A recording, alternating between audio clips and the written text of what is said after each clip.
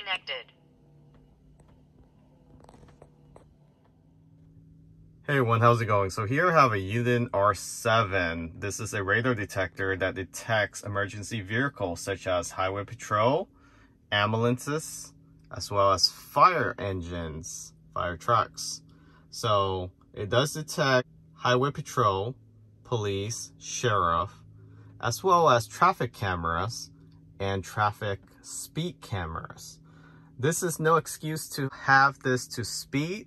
It's more of a warning device that there could be potential threats up front. Maybe an incident, an accident, a traffic stop for you to move to the side. Or if you happen to be going above the speed limit just to pass other vehicle, you do have warning devices that will alert you, and this is one of them.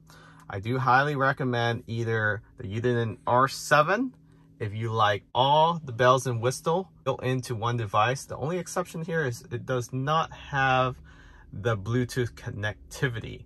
So the only time you need to connect this device is to update the firmware, which comes out every 6 months to a year.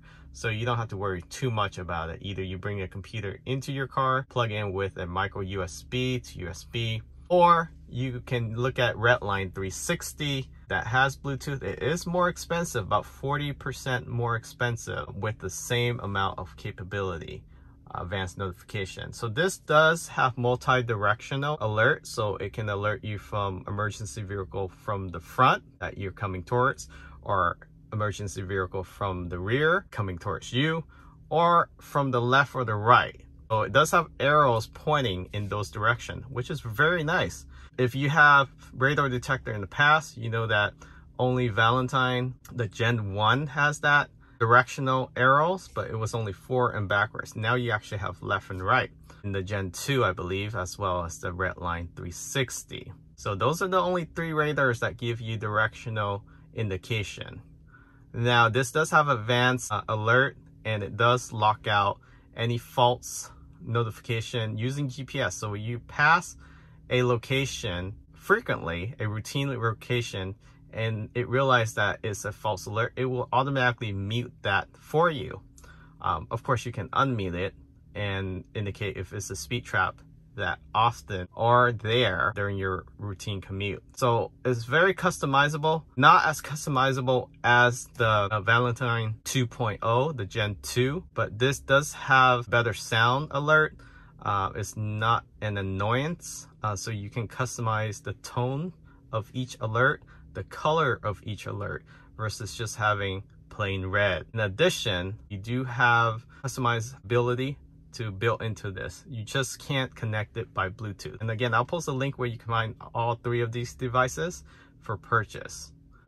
The purpose of this video is in follow-up to the unboxing, just to show you how I mount this Uniden R7 in the Tesla Model Y Performance. So originally I was thinking of mounting it on top of this display, but visually it just doesn't look that great. It is a big block that doesn't look good here, and I don't want people staring into the vehicle and seeing the radar sitting here. Although it's very discreet, the color is black, so it blends in with the back of the space gray display and the black dash. However, just the wires running along the back and having to have a mount on the back, it seems too cluttered.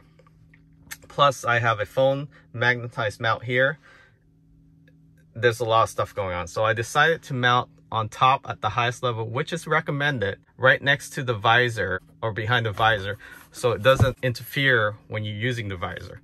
It's just barely clear it, but it does clear it, at least in the Model Y, and I assume for the Model 3 it will be the same. And what I did was I did not remove any of the panels. You can see here the wire is already black. I just run it along this front headliner, and there is a little opening where you can shove in the wire without damaging any of the interior fake fabric up here. And then run it along the pillar. You can take this panel off, but just be careful. There is side airbag in here. I didn't really mess with it. I just tucked it in. Extension wire I use, I'll post a link where you can find that as well. It's actually a flat wire, it's not a round wire. So that gives you more of a leverage to tuck in. So that gives you more of a ability to easily tuck in. And then I run it all the way down to the dash, along the dash, and I should be able to hide it. But I think this should be good enough. At least it's not going to bother me. And then just run it along the front dash, along the bottom, along the side, center console. And then I actually use the USB, but you can also use the 12 volt of the center console compartment right here. So the only wire you see is bulging out. It's just coming over into the center console. And I did install with the USB-C a multi-port to be able to put in other USB for the boombox, as well as the front dash cam, which I also added an extra dash cam on top of the Sentry mode in case that failed. I do like the fact that this is able to capture in 4K as well as audio, because Sentry mode, Tesla autopilot camera mode, doesn't capture audio, only in 720. And again, I'll post a link where you can find this multi USB-C adapter into one port. And then I just apply some adhesive to the back. I'll post a link which adhesive I use. Is a very strong adhesive that won't mess up your interior when you need to pull it out. So then I still have one free USB-C, and that's my setup for the radar detector, and this is how it looks inside. Very clean, and from the outside you can hardly even see it. From the outside you can't even tell there's a radar detector unless you really look. It just looks like it blends in with the rear mirror, and overall it's just a clean look.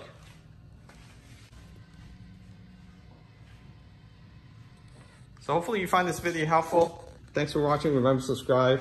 Catch you all next time.